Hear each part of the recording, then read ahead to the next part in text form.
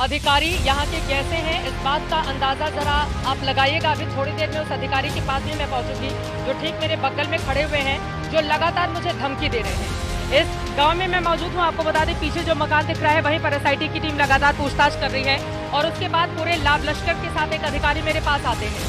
उसके बाद कहते हैं कि आप धमकी दे रही हैं, गलत खबर चला रही हैं, आप अपना काम ठीक से नहीं कर रही हैं, हमें हमारा काम सिखाया जा रहा है। ये कह रहे हैं कि मैंने ऐसा कुछ भी नहीं कहा कि आपको मैं सस्पेंड कराऊंगी, ये करवाऊंगी, वो करवाऊंगी। जरा गौर से देखिए ये सामने वाले चेहरे को। इन्होंने आकर झूठ की इतनी कहानी यहाँ पर गढ़ी है कि मैं क्या बताऊं। और जरा आसपास की पूरे फौज को दिखाइए। ये पूरे पुलिस वाले मुझे घेर कर इस गांव में खड़े हुए थे और लगातार धमकी दे रहे थे, मेरे साथ बदसलूकी कर रहे थे। अब मैं सीधे एसडीएम साहब, चूंकि अपना चेहरा हटाया इन्होंने और ना ही अपना नाम ही बताया, लेकिन मेरे साथ जितनी बदतमीजी हो सकती थी ये सब इन्होंने की है ऑफ कैमरा। और जब मैंने वीडियो से रिकॉर्ड करने की कोशिश की तो इस अधिकारी ने मुझे धमकी दी है। अब बताइए साहब, कैमरे पे बताइए, पूरा देश भी सुने कि क्या मैं गलत खबर चला रही हूँ। बोलिए आपकी मैं गलत खबर चला रही हूँ।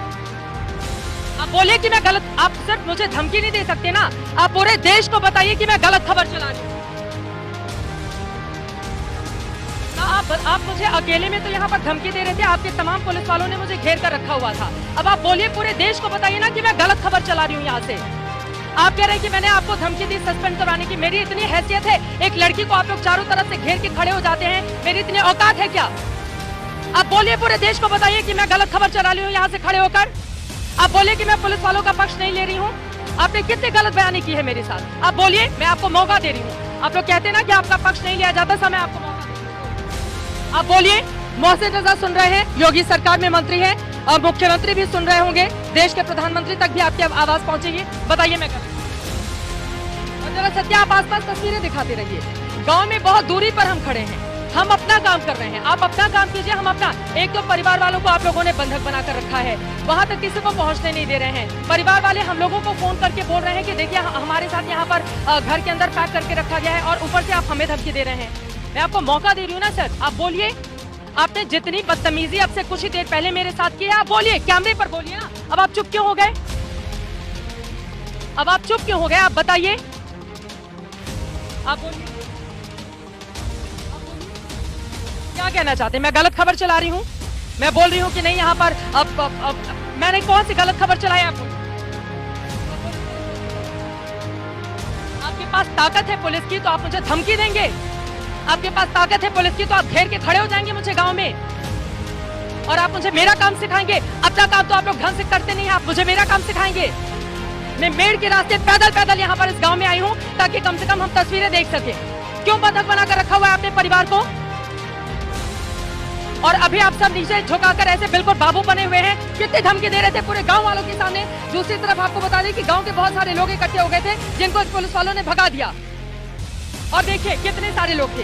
हमारे कैमरा पर्सन अपना लाइव व्यू लेने के लिए गए थे, मैं यहाँ पर बैठी हुई थी। ये देखिए ये महिला पुलिसकर्मी, थोड़ा सा आगे आइए मैं आपको दिखाती हूँ। यहाँ पर एक चारपाई रखी हुई है, इस चारपाई पे मैं कैमरे के साथ बैठी हुई थी, इस चारपाई पे मैं कैमरे के साथ बैठी हुई थी यहाँ पर, और बिल्कुल सामने एसआईटी की टीम पूछताछ कर रही है। मैं यहाँ पर बैठकर वेट कर रही थी, हमारे कैमरा पर्सन आए, वहाँ पर पुलिस जाने की इजाजत नहीं दे रही है तो कम से कम लोकेशन के क्लोज में आकर हम बता सके कि आखिर पूरे मामले की सच्चाई है क्या, क्योंकि वो तस्वीर देश के सामने आनी चाहिए। पुलिस प्रशासन मामले से पल्ला झाड़ रहा है, ये चीजें पता चलनी चाहिए लोगों को। और यहाँ पर पीड़ित परिवार के साथ ये क्या कर रहे होंगे जब ये पत्रकार को धमकी देते हैं? आपने मुझे धमकी कैसे दी आप बताइए? आपने मुझे क्यों कहा कि आप मेरा काम नहीं करने देंगे? आपने क्यों गलत बयानी की और झूठ बोला लगातार? फालतू की बकवास आप कर रहे थे, आप कैमरे के सामने आप बोलिए ना। तो आप मुझे इतनी धमकी दे रहे थे पूरी पुलिस फोर्स के सामने, आपने कितना भला बुरा मुझे कहा, सिर्फ आपने मुझे गाली नहीं दी, बाकी आपने सब कुछ कह लिया। और बताइए अगर मैं झूठ बोल रही हूँ, कैमरा सुन रहा है ना, आप बोलेंगे आपका पक्ष आएगा। मोहसिन रजा बैठे हुए हैं, सरकार बैठी हुई है, आपका पक्ष आएगा, आप बोलिए। आपने क्यों मेरे साथ बदसलूकी की? आप बताइए, क्या मैं झूठ बोल रही हूँ? आप बोलिए मैं झूठ बोल रही हूँ, मैं आपके सामने खड़ी हूँ ना, आप बोलिए मैं झूठ बोल रही हूँ।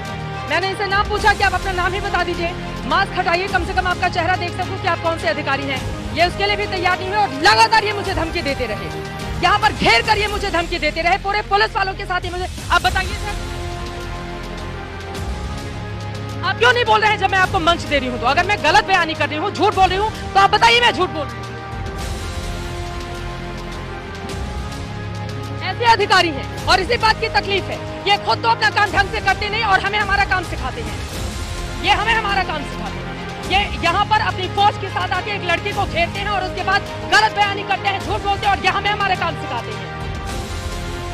मैं तो बोल रही हूँ कि अपनी बात रखें, मैं तो बोल रही हूँ कि अपनी बात रखें देश के सामने। अगर मैंने झूठी खबर चलाई है तो इतने बड़े अधिकारी हैं, पढ़ लिख कर बने होंगे, इस तरह की बातें ये कैसे कर सकते हैं?